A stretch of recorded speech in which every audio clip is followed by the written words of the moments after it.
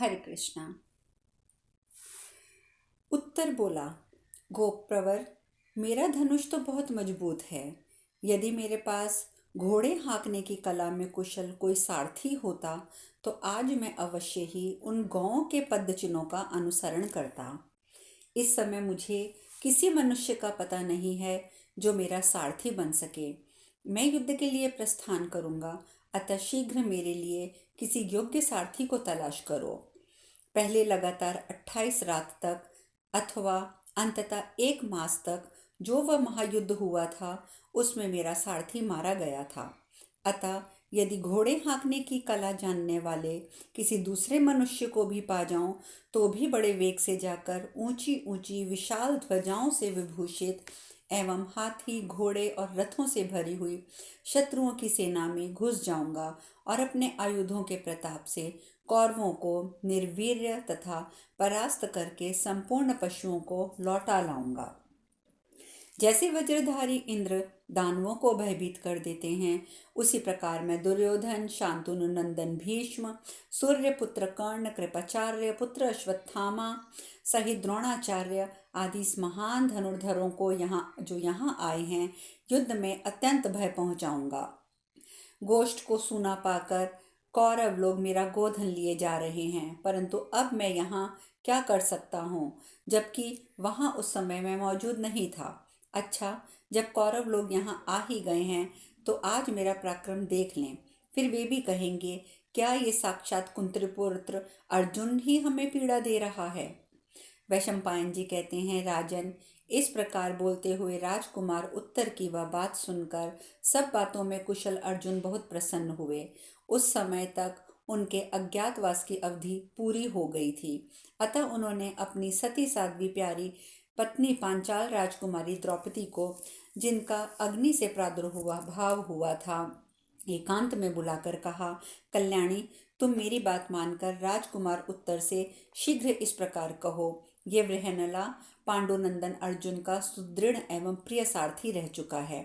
उसने बड़े बड़े युद्धों में सफलता प्राप्त की है, वह तुम्हारा सारथी हो जाएगा। वैशंपायन जी कहते हैं, जन्मेजय, उत्तर स्त्रियों के बीच में बैठा था और बार बार अपनी तुलना में अर्जुन का नाम ले लेकर डींग मार रहा था। पांचाल राजकुमारी द्रौपदी से यह सहन न हो सका।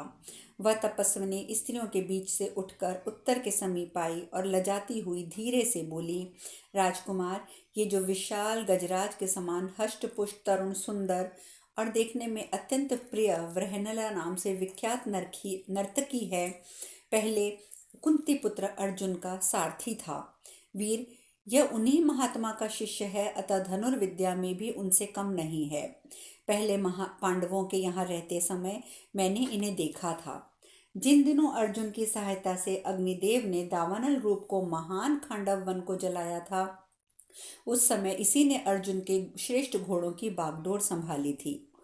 इसी सारथी के सहयोग से कुंती पुत्र अर्जुन ने खांडव प्रस्थ में संपूर्ण प्राणियों पर विजय पाई थी, अतः इसके समान दूसरा कोई सारथी नहीं है।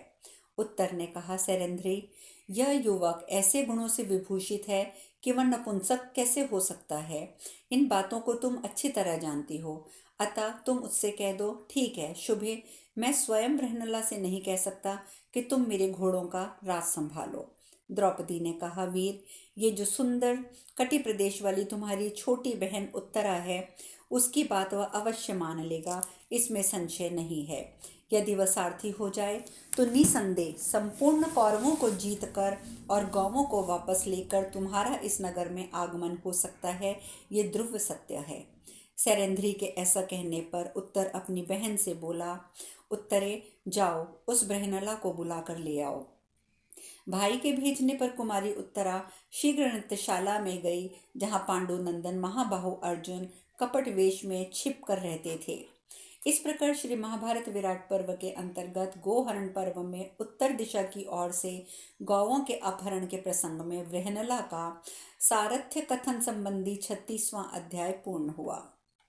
वैशंपायन जी कहते हैं, जन्मेजय, कुमारी उत्तरा सोने की माला और मोर पंख का श्रृंगार धारण किए हुए थी। उसकी कमर यज्ञ की वेदी के समान सूक्ष्म थी। शरीर से भी वह दुबली पतली थी। उसके सभी अंग शुभ लक्षणों से युक्त थे।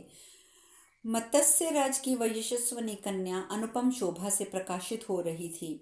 बड़ों की आज्ञा मानने वाली कुमारी उत्तरा बड़े भाई से बड़ी उतावली के साथ नृत्यशाला में गई, मानो चपला मेघमाला में विलीन हो गई हो। उसके नेत्रों की टेढ़ी मेढ़ी बरौनियां बड़ी भली मालूम होती थी।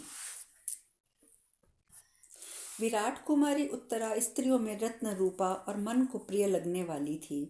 वह उस राजभवन में इंद्र की साम्राज्य लक्ष्मी के समान सम्मानित थी। उसके नेत्र बड़े बड़े थे। वह यशस्विनी बाला सामने से देखने ही योग्य थी। वह अर्जुन से बोली, सुवर्ण के समान सुंदर गौर त्वचा और अति सुंदरी उत्तरा को देखकर अर्जुन ने पूछा, स्वर्ण की माला धारण करने वाली भामिनी, तुम क्यों उतावली से चली आ रही हो? आज तुम्हारा मुख प्रसन्न क्यों नहीं है? मुझे शीघ्र सब बातें ठीक ठीक बताओ। वैशंपायन जी कहते हैं, जन्मेजय, विशाल नेत्रों वाली अपनी सखी राजकुमारी उत्तरा की ओर देखकर अर्जुन ने हंसते हुए जब उससे अपने पास आने का कारण पूछा, तब वह राजपुत्री नरश्रेष्ठ अर्जुन के समीप जाकर अपना प्रेम प्रकट करती हुई सखियों के बीच में इस प्रकार बोली, बृहनले, हमारे राष्ट्र की गौओं को कौरव हाँक लिए जाते हैं, अतः उन्हें जीतने के लिए मेरे भैया धनुष धारण करके जाने वाले हैं। थोड़े ही दिन हुए हैं उनके रथ का सारथी एक युद्ध में मारा गया। इस कारण कोई अन्य योग्य सूत नहीं है जो उनके सारथी का काम संभाल सके। वृहनले, वे सारथी ढूंढने का प्रयत्न कर रहे थे। इतने में ही सैरंध्री ने पहुंचकर बताया कि तुम अश्व विद्या में कुशल हो। पहले तुम अर्जुन के प्रिय सारथी रह चुके हो। तुम्हारी सहायता से उन पांडव शिरोमणि ने समूची पृथ्वी पर विजय पाई है। अतः वृहनले, इससे पहले कि कौरव लोग हमारी गौओं को बहुत दूर लेकर चले जाएं, तुम मेरे भाई का सारथी का कार्य अच्छी तरह कर लो। सखी, मैं बड़े प्रेम से ये बात कहती हूँ, यदि आज इतना अनुरोध करने पर भी तुम मेरी बात नहीं मानोगे तो मैं प्राण त्याग दूंगी। सुंदर उत्तरा के ऐसा कहने पर शत्रुओं का संताप करने वाले अर्जुन अमित पराक्रमी राजकुमार उत्तर के समीप गए। मत टपकाने वाले गजराज की भांति शीघ्रता पूर्वक आते हुए अर्जुन के पीछे पीछे उत्तरा भी आई, ठीक उसी प्रकार जैसे जैसे कोई हथनी हाथी के पीछे जाती है। राजकुमार उत्तर ने वृहनला को दूर से देखते हुए कहा, वृहनले, अर्जुन ने तुम्हें सारथी बनाकर खांडव वन में अग्नि को तृप्त किया था। कुंती पुत्र धनंजय ने तुम जैसे सारथी के सहयोग से समूची पृथ्वी पर विजय पाई है। तुम्हारे विषय में ये बातें मुझे सैरंध्री ने कही हैं, क्योंकि वह पांडवों को अच्छी तरह जानती है। वृहनले, तुम अर्जुन की भांति मेरे घोड़ों को भी काबू में रखना, क्योंकि मैं अपना गोधन वापस लेने के लिए कौरवों के साथ युद्ध करने वाला हूँ। पहले तुम अर्जुन का प्रिय सारथी रह चुकी हो। तुम्हारी ही सहायता से समूची पृथ्वी पर विजय पाई गई है। ऐसा कहने पर वृहनला ने राजकुमार से कहा, भला मेरी क्या शक्ति कि मैं युद्ध के मुहाने पर सारथी का काम संभाल सकूं। राजकुमार, आपका कल्याण हो। यदि गाना हो, नृत्य करना हो तो वो मैं कर लूंगी, सारथी का काम मुझसे कैसे होगा? उत्तर बोला, वृहनले, तुम पुनः लौटकर गायक या नर्तक जो चाहो बन जाना। इस समय तो शीघ्र मेरे रथ पर बैठकर घोड़ों को काबू में करो। वैशंपायन जी कहते हैं, जन्मेजय, शत्रुओं का दमन करने वाले पांडुनंदन अर्जुन ने सब कुछ जानते हुए भी उत्तरा के सामने हंसी के लिए बहुत से अभिज्ञता सूचक कार्य किए। वे कवच को ऊपर उठाकर शरीर में डालने लगे। यह देखकर वहां खड़ी बड़े बड़े नेत्रों वाली राजकुमारियां हंसने लगी। वृहनला को कवच धारण के समय भूल करती देख राजकुमार उत्तर ने स्वयं ही उसे बहुमूल्य कवच धारण कराया। फिर उसने स्वयं ही सूर्य के समान कांतिवान सुंदर कवच धारण करा और रथ पर सिंह ध्वजा फहराकर वृहनला को सारथी के कार्य में नियुक्त कर दिया। तदंतर बहुत से बहुमूल्य धनुष और सुंदर बाण लेकर वीर उत्तर वृहनला सारथी के साथ युद्ध के लिए प्रस्थित हुआ। उस समय उत्तरा और उसकी सखी रूपा दूसरी राजकन्याओं ने कहा, वृहनले, तुम युद्ध भूमि में आए हुए भीष्म, द्रोण और कौरवों को जीतकर हमारी गुड़िया के लिए उनके महीन कोमल रंगीन रंग के सुंदर सुंदर वस्त्र ले आना। ऐसा कहती हुई उन सब कन्याओं ने पांडुनंदन अर्जुन ने हंसते हुए मेघ और दुदुम्बियों के समान गंभीर वाणी में कहा। वहनला बोली, यदि ये राजकुमार उत्तर रणभूमि में उन महारथियों को परास्त कर देंगे तो मैं अवश्य उनके दिव्य और वस्त्र लेकर आऊंगी। वैशंपायन जी कहते हैं, जन्मेजय, ऐसा कहकर शूरवीर अर्जुन ने भली भांति भांति की ध्वजा पताकाओं से सुशोभित कौरवों की ओर जाने के लिए घोड़ों को हाँक दिया। वृहनला के साथ उत्तम रथ में बैठे हुए महाबाहु उत्तर को जाते देख स्त्रियां, कन्याओं और उत्तम रथ का पालन करने वाले ब्राह्मणों ने उसकी दक्षिणावर्त परिक्रमा की। तत्पश्चात स्त्रियां और कन्याएं बोली, वृहनले, वृक्ष के समान गति वाले अर्जुन को पहले खांडवदाह के समय जैसा मंगल प्राप्त हुआ था, आज युद्ध में कौरवों के पास पहुंचने पर राजकुमार उत्तर के साथ तुम्हें वैसा ही मंगल प्राप्त हो। इस प्रकार श्री महाभारत विराट पर्व के अंतर्गत गौहर्ण में उत्तर दिशा की ओर से गौ के अपहरण प्रसंग में राजकुमार उत्तर का युद्ध के लिए प्रस्थान विषयक 37वां अध्याय पूर्ण हुआ। वैशंपायन जी आगे कहते हैं, जन्मेजय, राजधानी से निकलकर विराट कुमार उत्तर ने सर्वथा निर्भय होकर सारथी से कहा, वृहनले, जहाँ कौरव गए हैं उधर ही रथ ले चलो। मैं वहाँ विजय की आशा से एकत्र होने वाले समस्त कौरवों को परास्त करके उनसे अपनी गांव में शीघ्र वापस लाकर अपने नगर लौट आऊँगा। तब पांडुनंदन अर्जुन ने उत्तर के उत्तम जाति के घोड़ों को हाँका और उनकी बाग ढीली कर दी। नरश्रेष्ठ अर्जुन के हाँकने पर सोने की माला पहने हुए घोड़े हवा के समान तेज वेग से चलने लगे, मानो आकाश से अपनी टाप अड़ाते हुए रथ लिए उड़ जा रहे हों। थोड़ी ही दूर जाने पर शत्रुहंता विराट पुत्र उत्तर और धनंजय ने महाबली कौरवों की विशाल सेना देखी। शमशान भूमि के समीप जहाँ उन्होंने कौरवों को पा लिया था, वे दोनों उसी शमी वृक्ष के पास उसका सेना का चक्रव्यूह बनाकर खड़े हुए कौरव सैनिकों की ओर देखने लगे। उनकी वह विशाल वाहिनी समुद्र के समान जान पड़ती थी। जब वह चलती तब ऐसा जान पड़ता था मानो आकाश में असंख्य वृक्षों से भरा हुआ वन चल रहा हो। कुरुश्रेष्ठ जन्मेजय, कौरव सेना के चलने से ऊपर उठी हुई धरती की धूल अंतरिक्ष को छूती सी दिखाई देती है। उसके कारण समस्त प्राणियों की दृष्टि का लोप सा हो गया था, किसी को सूझ नहीं पड़ता था। वह भारी सेना हाथी घोड़ों से भरी हुई थी। उन्हें देखकर विराट पुत्र उत्तर के रोंगटे खड़े हो गए। उसने भय से व्याकुल होकर अर्जुन से कहा, वृहनले, मुझ में कौरवों के साथ युद्ध करने का साहस नहीं है, क्योंकि देखो, भय के कारण मेरे रोए खड़े हो रहे हैं। इस सेना के भीतर तो बहुत बड़े बड़े वीर हैं। यह बड़ी भयानक जान पड़ती है। इसे परास्त करना तो देवताओं के लिए भी अत्यंत कठिन है।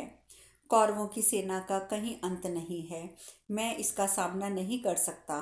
भयानक धनुष वाले भरतवंशियों की उस विशाल वाहिनी में प्रवेश करना भी मेरे लिए असंभव है। रथ, हाथी, घोड़ों से ये कौरव दल खचाखच भरा हुआ है। पैदल सिपाहियों और असंख्य ध्वजों से व्याप्त है। इनमें रणभूमि में इन शत्रुओं को देखकर तो मेरा हृदय व्यथित हो रहा है। जहाँ द्रोण, भीष्म, कृप, कर्ण, विवंशति, अश्वत्थामा, विकर्ण, सोमदत्त, वाहिक तथा रथियों जैसे में श्रेष्ठ राजा दुर्योधन हैं, उन सब के सब तेजस्वी महान धनुर्धर और युद्ध की कला में प्रवीण लोगों से मैं कैसे युद्ध करूंगा। ये कौरव मद से उन्मत्त हुए गजराज के समान जान पड़ते हैं। ऐसे शूरवीर कौरवों को युद्ध में जीतने के लिए मैं दुर्बुद्धि बालक कहाँ आ गया। सेना की व्यूह रचना करके प्रहार के लिए उद्यत खड़ी हुई इन सेना को देखकर मेरे रोंगटे खड़े हो गए हैं। मुझे मूर्छा आ रही है। वैशंपायन जी कहते हैं, जन्मेजय, मूर्ख उत्तर एक साधारण कोटिक मनुष्य था और छद्म वेशधारी सव्यसाची अर्जुन असाधारण वीर थे। अतः उनके प्रभाव को ना जानने के कारण वह मूर्खतावश उनके पास रहकर भी उन्हीं के देखते देखते यूं विलाप करने लगा।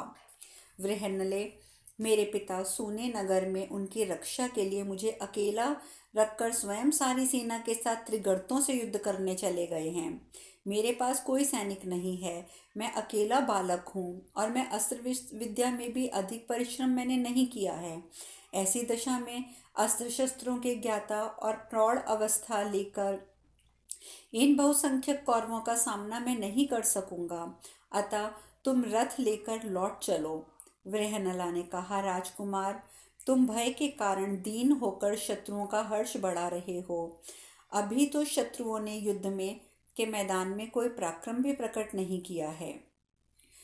तुमने स्वयं ही कहा था कि मुझे कौरवों के पास ले चलो, अतः यहाँ ये बहुत सी ध्वजाएं फैल रही हैं, वहीं तो मैं तुम्हें ले चलूंगी। महाबाहो, जैसे गीध मांस पर टूट पड़ते हैं, उसी प्रकार जो गौवों को लूटने के लिए यहाँ आए हैं, उन आताताई कौरवों के बीच तुम्हें ले चलती हूँ। यदि ये पृथ्वी के लिए भी युद्ध ठानेंगे तो भी उनसे भी मैं तुम्हें ले चलूंगी। तुम स्त्रियों और पुरुषों के बीच कौरवों को हराकर अपने गौधन को वापस लाने की प्रतिज्ञा करके आए हो, फिर अब युद्ध क्यों नहीं करना चाहते? यदि उन गौओं के को लिए बिना जीते बिना तुम घर लौटोगे तो वीर पुरुष तुम्हारी हंसी उड़ाएंगे और यत्र तत्र स्त्रियां और पुरुष एकत्र होकर तुम्हारा उपहास करेंगे। मैं भी सरिंद्री के द्वारा सारथ्य में कार्यकुशल बताई गई हूँ, अतः अब गौवों को जीतकर वापस लिए बिना मैं नगर में नहीं जा सकूंगी।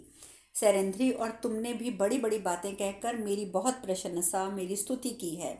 नहीं नहीं, संपूर्ण कौरवों के साथ मैं ही क्यों ना युद्ध करूं, मैं तो यहाँ डटी रहूंगी। उत्तर बोला, वृहनले, भारी संख्या में आए हुए कौरव भले ही मत्स्य देश का सारा धन इच्छा अनुसार हर ले जाएं, स्त्रियां अथवा पुरुष जितना चाहे मेरा उपहास करें, मेरी चाहे सारी गौएं चली जाएं, किंतु इस युद्ध में मेरा कोई काम नहीं है। मेरा नगर सूना पड़ा है, पिताजी उसका रक्षा का भार दे के गए हैं। मैं पिताजी से डरता हूँ, इसलिए मैं नहीं यहाँ ठहरूंगा, मैं तो जा रहा हूँ। वैशंपायन जी कहते हैं, जन्मेजय ऐसा कहकर मान और अभिमान को त्याग कर बाण सहित धनुष को वहीं छोड़कर कुंडलधारी राजकुमार उत्तर रथ से कूद पड़ा और भयभीत होकर बाहर भाग चला। तब वृहन्नला ने कहा, राजकुमार, क्षत्रिय का युद्ध से भागना शूरवीरों की दृष्टि में धर्म नहीं है। युद्ध करके मरना ज्यादा अच्छा है, भागना कदापि अच्छा नहीं। शेष कथा कल। हरे कृष्णा। कल हरे कृष्णा। कल हरे कृष्णा।